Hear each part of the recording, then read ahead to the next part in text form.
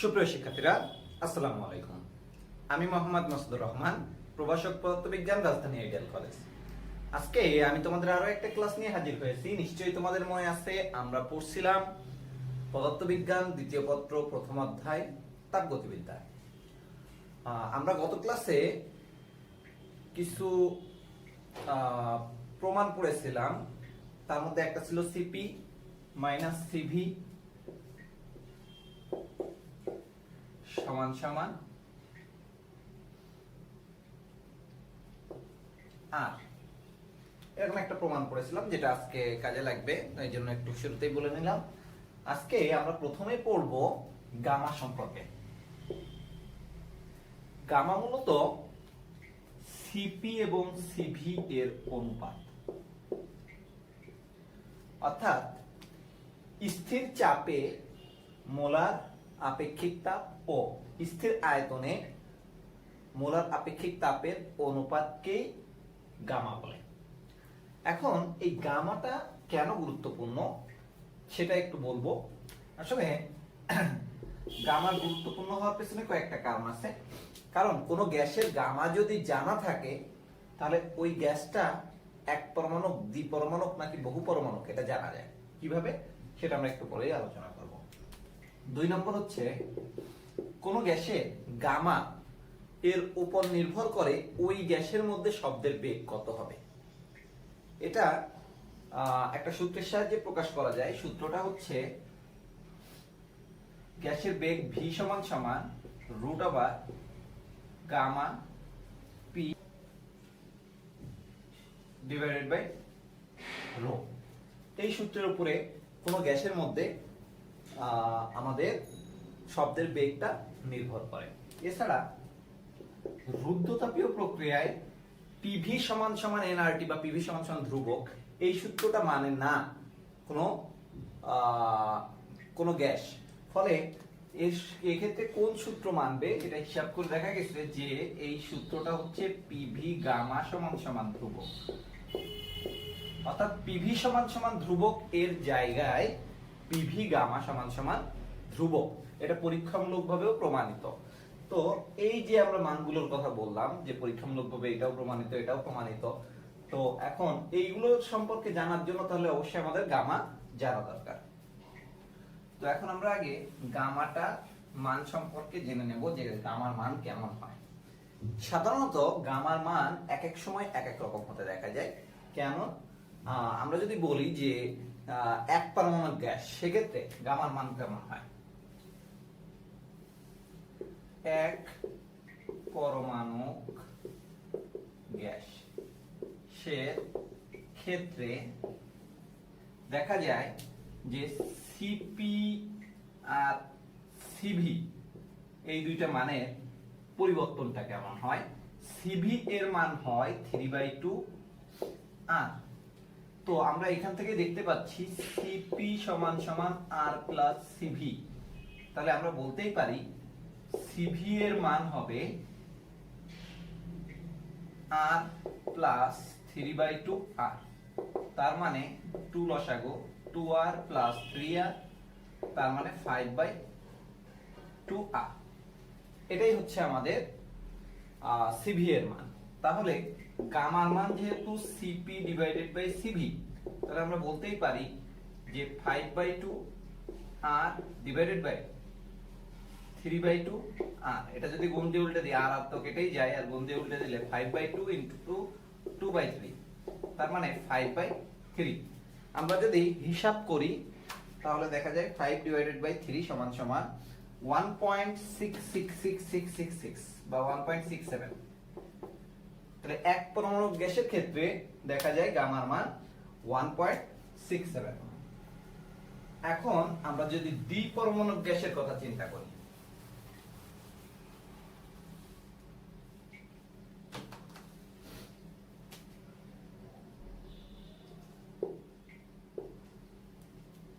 এক্ষেত্রে সিভি এর মান 5/2 আর। সো সিপি এর মান অবশ্যই আগের নিয়মে আর প্লাস সিভি, অর্থাৎ 5/2 আর। আমরা যদি লসাগু করি তাহলে হয় 2r প্লাস 5r সমান সমান 7/2r। তাহলে একই নিয়মে গামার মান আমরা নির্ণয় করতে পারবো 7/2r ডিভাইডেড বাই 5/2r। আর আর কেটে যাবে, 7/2 গুণ 2/5 গুণ দিয়ে উল্টে দিলাম, 2 2 কেটে যায়, থাকে 7 ডিভাইডেড বাই 5। এটা যদি আমরা হিসাব করি তাহলে দেখা যায় 7 ডিভাইডেড বাই 5 মানে 1.4। দ্বিপরমাণবিক গ্যাসের ক্ষেত্রে গামার মান 1.4। আর যদি বহু পরমাণবিক গ্যাস হয়, অর্থাৎ গ্যাসটার পরমাণু সংখ্যা অনেক হয়, হতে পারে সালফার S8, ফসফরাস P4, যদিও ওরা গ্যাস নয়, যাই হোক ওজনের কথা আমরা বলতে পারি। ওজন হচ্ছে O3 বহু পরমাণু। তাহলে বহু পরমাণু গ্যাসের ক্ষেত্রে কি হয় একটু বলি। বহু পরমাণু গ্যাসের ক্ষেত্রে এই সিভির মান হচ্ছে 3r, তাহলে সিপির মান অবশ্যই হবে 3r প্লাস r সমান সমান, মানে r প্লাস 3r, যাই বলি r প্লাস 3r বললাম তোমাদের বোঝার সুবিধার্থে। এই যে r আর সিভির মান 3r, 4r। তাহলে সেক্ষেত্রে গামার মান কত হবে? গামার মান হবে 4r ডিভাইডেড বাই 3r। তো এটা যদি আমরা হিসাব করি সম্ভবত 1.33 আসে। এই হচ্ছে গামার মান। তাহলে আমরা এক পরমাণু, এটা কিন্তু বহু পরমাণু গ্যাসের ক্ষেত্রে, এক পরমাণু গ্যাসের ক্ষেত্রে দেখলাম গামার মান 1.67, দ্বিপরমাণু গ্যাসের ক্ষেত্রে 1.4 এবং বহু পরমাণু গ্যাসের ক্ষেত্রে 1.33। তাহলে এই যে আমরা গামার বিভিন্ন মান পেলাম, আমরা কোনো গ্যাসের এই গামা হিসাব করে, অর্থাৎ সিপি হিসাব করে যদি সেখান থেকে গামা হিসাব করে দেখি গ্যাসটার ক্ষেত্রে গামার মান 1.33, বুঝে যাবো গ্যাসটা আসলে বহু পরমাণু গ্যাস। যদি দেখি 1.4, তাহলে বুঝে যাবো গ্যাসটা আসলে দ্বিপরমাণু গ্যাস। আর যদি দেখি যে 1.67 গামার মান বা 66, তাহলে আমরা বুঝে যাব এটা এক পরমাণু গ্যাস, সাধারণত নিষ্ক্রিয় গ্যাস। যাই হোক, এভাবে আমরা গ্যাসের যে আচরণটা বুঝতে পারি।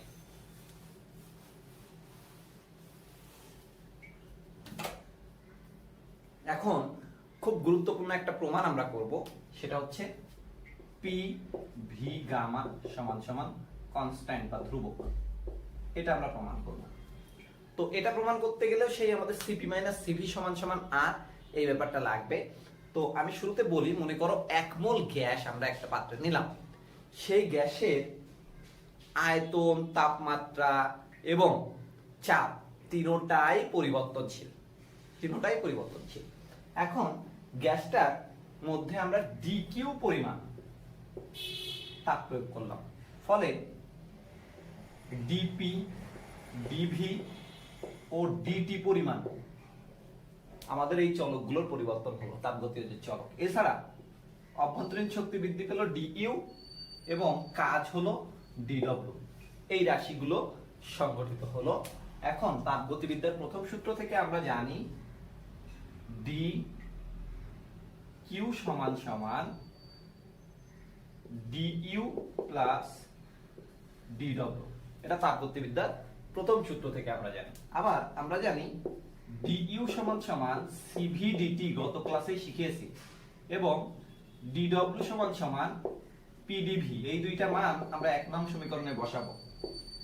1 নং হতে কি পাচ্ছি তাহলে? ডিকিউ সমান সমান ডিইউ এর জায়গায় সিভি ডিটি আর এখানে পিডিভি, এটুকু আমরা পেলাম। এখন কথা হচ্ছে আমাদের হিসাবটা আমরা রুদ্ধতাপীয় প্রক্রিয়ায় করব। এই ঘটনাটা কখন বলেছি? রুদ্ধতাপীয় প্রক্রিয়ায়। তাহলে রুদ্ধতাপীয় প্রক্রিয়ায় আমরা জানি রুদ্ধতাপীয় প্রক্রিয়ায় ডিকিউ সমান সমান 0। সেক্ষেত্রে আমরা বলতেই পারি যে সিভিডিটি প্লাস পিডিভি সমান সমান 0। ওকে, উপর থেকে মুছে দিচ্ছি।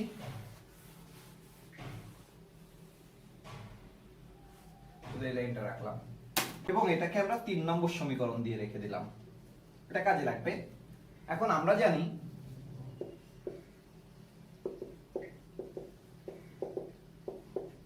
পিভি সমান সমান আরটি। 1 মোল গ্যাসের ক্ষেত্রে এই জন্য এন এর মান 1, এই জন্য এনআরটি হলো না। আমরা এই সমীকরণের উভয় পাশে টি এর সাপেক্ষে ডিফারেন্সিয়েশন করব। দেখা যাক, টি এর সাপেক্ষে ডিফারেন্সিয়েশন, তার মানে আমরা বলতেই পারি যে ডি ডিটি পিভি সমান সমান ডি ডিটি আরটি। দেখা যাক এখন কি হয়। আমরা এই ক্ষেত্রে বলতে পারি যেহেতু পি এবং ভি এখানে কেউই স্থির নয়, সবাই চলক, আমি শুরুতেই বলে নিছিলাম যেখানে সবগুলোই তাপগতীয় চলক, তাই এখানে ডিফারেন্সিয়েশনের সিস্টেমটা এমন হবে না যে পি কনস্ট্যান্ট বাইরে নিয়ে নিলাম, ভি কে আমরা ডিফারেন্সিয়েশন করব, বরঞ্চ এখানে ইউ ভি সূত্র মেনে চলবে, অর্থাৎ ডি ডিএক্স অফ ইউ বাইরে ভি কে ডিফারেন্সিয়েশন, ভি বাইরে ইউ কে ডিফারেন্সিয়েশন। এই টেকনিকটা ম্যাথমেটিক্সে তোমরা শেখার কথা। আর আমি সম্ভবত বলেছিলাম কিনা আমার একটু সন্দেহ লাগতেছে, সম্ভবত দ্বিতীয় চ্যাপ্টার পড়ার সময় বলেছিলাম না, যদি না বলে থাকি তাহলে এখন দেখে নাও। ইউ ভি দুটোটাই যদি চলক হয় তাহলে ডিফারেন্সিয়েশনের সিস্টেম হচ্ছে এরকম, ইউ কে রাখবো, ভি কে ডিফারেন্সিয়েশন করব, ভি কে রাখবো, ইউ কে ডিফারেন্সিয়েশন করব, মধ্যে হবে প্লাস। তাহলে এখন আমরা এই কাজটাই এখানে করব। দেখা যাক কি হয়। প্রথমে পি কে রেখে দিলাম, ভি কে ডিফারেন্সিয়েশন করলাম, তারপর ভি কে রেখে দিলাম, পি কে ডিফারেন্সিয়েশন করলাম টি এর সাপেক্ষে। আর এই পাশে যদি ডিফারেন্সিয়েশন করি আর কনস্ট্যান্ট বাইরে থাকবে, ডি ডিটি অফ টি করলে 1 হয়, 1 গুণ অবস্থায় থাকাও যা না থাকাও তাই। এরপর আমরা এইখানে আসি, আমরা p dv plus v dp সমান সমান আর ডিটি লিখলাম, উভয় পাশে ডিভি দ্বারা গুণ করে পাই। এখন P D V plus VDP divided by R সমান সমান ডিটি। এখন 3 নং সমীকরণে ডিটি এর মান বসিয়ে পাই। 3 নং এ ডিটি এর মান বসিয়ে পাই, কি পাই? সিভি তো ছিলই, এখানে হবে pdv plus VDP divided by R plus pdv সমান সমান 0। বাদ বাকি সব আমি মুছে দিব, কারণ আর কিছু দরকার নেই এগুলো।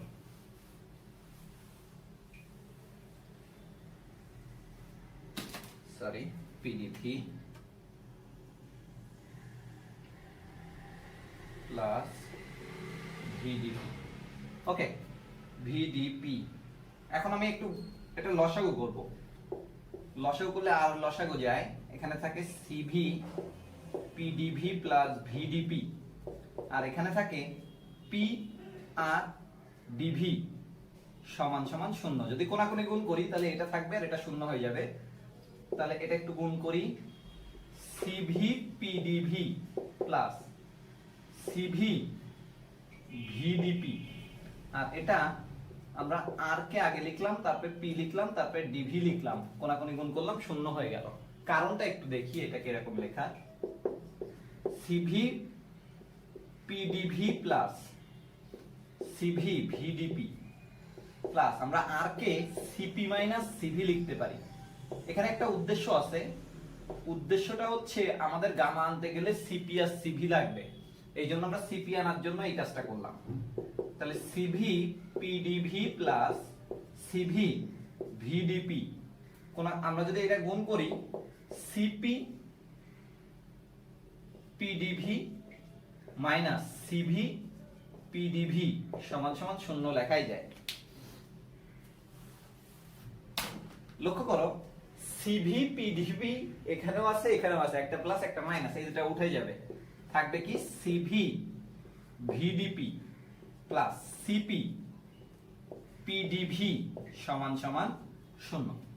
আমরা আমাদের প্রমাণের সাথে উভয় পাশে সিভি দ্বারা ভাগ করলাম, তাহলে থাকে cdp plus cp divided by cv pdv সমান সমান 0। উভয় পাশে আমি যদি ভি দ্বারা ভাগ করি, এখানে সিবি সিবি কেটে যাবে, এখানে সিবি ভাগে থেকে যাবে, আর এই পাশে 0 কে যাই দিয়ে ভাগ করি সেটা 0ই হবে। এটাকে এখন আমরা গামা লিখতে পারি, ভিডিপি প্লাস গামা পিডিভি সমান সমান 0। একই কথা আমরা উভয় পাশে এখন পিভি দ্বারা ভাগ করব। তাহলে এখানে vdp divided by pv plus gamma pdv divided by pv সমান সমান 0। তাহলে এখন এখানে থাকে dp divided by p plus gamma dv divided by v সমান সমান 0। উদ্দেশ্য তো একটা আছেই, আমাদের কাজ এখন উভয় পাশে ইন্টিগ্রেশন করা। তো উভয় পাশে যদি আমরা ইন্টিগ্রেশন করি তাহলে এটারও ইন্টিগ্রেশন হবে, মধ্যে প্লাস বলে এটাকেও আলাদা করে ইন্টিগ্রেশন হবে। গামা যেহেতু ধ্রুবক নির্দিষ্ট গ্যাসের জন্য ওটাকে আমরা বাইরে রাখলাম, আর এই পাশে জিরোকে ইন্টিগ্রেশন করলে সেটা হয় ধ্রুবক। এখন ইন্টিগ্রেশন চিহ্নই দিলাম, কিন্তু আসলে সরাসরি ধ্রুবক লিখে দেয়াই উত্তম। গামা জিরোকে যদি ইন্টিগ্রেশন করি ধ্রুবক, কারণ ধ্রুবককে ডিফারেন্সিয়েশন করলে জিরো হয়। আচ্ছা, আমরা জানি dx বাই x কে ইন্টিগ্রেশন করলে হয় ln x, তাহলে এটা হবে ln p প্লাস এটাও একই কথা প্রযোজ্য, গামা এটা হবে ln v, এটা ধ্রুবক, বা ln p plus ln v। আমরা জানি যে ln বা log এর আগে যদি কিছু থাকে ওটাকে উপরে নিয়ে পাওয়ারে দিয়ে দেয়া যায়, ধ্রুবক। কেন দিলাম? আমরা এই দুটোকে এক করতে চাই। তোমাদের log বা ln এর সূত্র মনে আছে, যদি log a plus log b থাকে তাহলে log a গুণ b অর্থাৎ log ab লেখা যায়, তাহলে এটাও ln p v গামা গুণ অবস্থায় লেখা যাবে, ধ্রুবক। আর ln উঠানোর জন্য আমাদের ই আনতে হয়, তাহলে এই পাশ থেকে আমরা যদি ln উঠাই দিই এই পাশে আসবে e টু দি পাওয়ার ধ্রুবক। ই নিজেও একটা ধ্রুবক, এখানেও ধ্রুবক, তাহলে ধ্রুবক টু দি পাওয়ার ধ্রুবক সেটা ধ্রুবকই হয়। সুতরাং আমরা বলতেই পারি পিভি গামা সমান সমান ধ্রুবক। এটাই প্রমাণ হয়ে গেল রুদ্রতাপীয় প্রক্রিয়ার সময় পিভি গামা সমান সমান ধ্রুবক। ওকে, তো এখন এইখানে কি হয়েছে, চলক ছিল তাপমাত্রা, চাপ, আয়তন সবাই, কিন্তু আমাদের সম্পর্ক বের হয়েছে চাপ এবং আয়তনের। এখন আমরা এইখান থেকেই এই পিভি গামা সমান সমান ধ্রুবক, এখান থেকেই তাপমাত্রার সাথে চাপ এবং তাপমাত্রার সাথে আয়তনের সম্পর্কটা বের করব। তো আমরা তো জানি পিভি সমান সমান আরটি, তাহলে সেইখান থেকে আমরা বলতেই পারি যে ভি সমান সমান আরটি ডিভাইডেড বাই পি, অথবা পি সমান সমান আরটি ডিভাইডেড বাই ভি, এই দুটো কথাই আমরা বলতে পারি। তো আমরা ওই সমীকরণটাই একবার পির মান বসাবো, তাহলে পি আর পির মান বসাবো, তাহলে ভি আর টির মধ্যে সম্পর্ক পাবো, আর একবার ভির মান বসাবো তাহলে পি আর টির মধ্যে সম্পর্ক পাবো। দেখা যাক সম্পর্কটা কি হয়। সম্পর্কটা হবে এমন, পির মান যদি আমরা বসিয়ে দিই তাহলে আরটি ডিভাইডেড বাই ভি, পির জায়গায় একটু ভি গামা সমান সমান ধ্রুবক। তাহলে এখানে হচ্ছে আর ওই পাশে চলে গেল, তাহলে টি থাকে ভি, এই দুটো সূচক করলে গামা মাইনাস 1 সমান সমান ধ্রুবক ডিভাইডেড বাই ধ্রুবক, সেটা ধ্রুবকই হয়, কেন আর একটা ধ্রুবক। তাহলে এই হচ্ছে টি এবং ভি এর মধ্যবর্তী সম্পর্ক। এখন আমরা যদি এখানে পি এর স্থানে পরিবর্তন না করে ভি এর স্থানে আরটি ডিভাইডেড বাই পি লিখি, তার উপরে গামা আছে সমান সমান ধ্রুবক। ওকে, তাহলে পি এখানে আর to the power gamma, T to the power gamma, P to the power gamma সমান সমান ধ্রুবক। একই কথা, পি আর গামা দুইটাই ধ্রুবক হওয়ার কারণে, সরি পি নয় আর, আর এবং গামা উভয় ধ্রুবক হওয়ার কারণে আর টু দি পাওয়ার গামা ধ্রুবক, ওটা ওই পাশে গেলে ধ্রুবক ভাগ ধ্রুবক, এই জন্য ধ্রুবক হয়ে যাবে, থাকবে পি টি এবং এই p to the power gamma. তাহলে আমরা তখন কি লিখতে পারবো দেখা যাক। এই লাইনটা মুছে দিলাম। আমরা তখন লিখতে পারবো পি আর গামা যদি আমরা করি p to the power 1 minus gamma সূচক করলাম টি টু দি পাওয়ার গামা, আর এই ধ্রুবক ডিভাইডেড বাই ধ্রুবক, ওটাও একটা ধ্রুবক। তাহলে এখান থেকে আমরা তিনটে সম্পর্ক পেলাম। নাম্বার 1 পি আর ভির মধ্যে সম্পর্ক, নাম্বার 2 টি এবং ভির মধ্যে সম্পর্ক, নাম্বার 3 পি এবং টির মধ্যে সম্পর্ক। এই মোটামুটি আমাদের রুদ্রতাপীয় প্রক্রিয়ায় গামার সাহায্যে বিভিন্ন রাশি নির্ণয় করার সূত্রগুলো, এগুলো ব্যবহার করে অঙ্ক করা হবে। যাই হোক, আজকে আর ক্লাসটা বড় করব না। আজকের পরেই হয়তো ঈদের ছুটি হয়ে যাবে, এরপরে ঈদের পরে আমরা এরপরের অঙ্ক বা গাণিতিক সমস্যাগুলো এবং নতুন নতুন টপিকস নিয়ে হাজির হব। সেই পর্যন্ত ভালো থাকো, সুস্থ থাকো এবং অবশ্যই অবশ্যই আমার জন্য দোয়া করবে।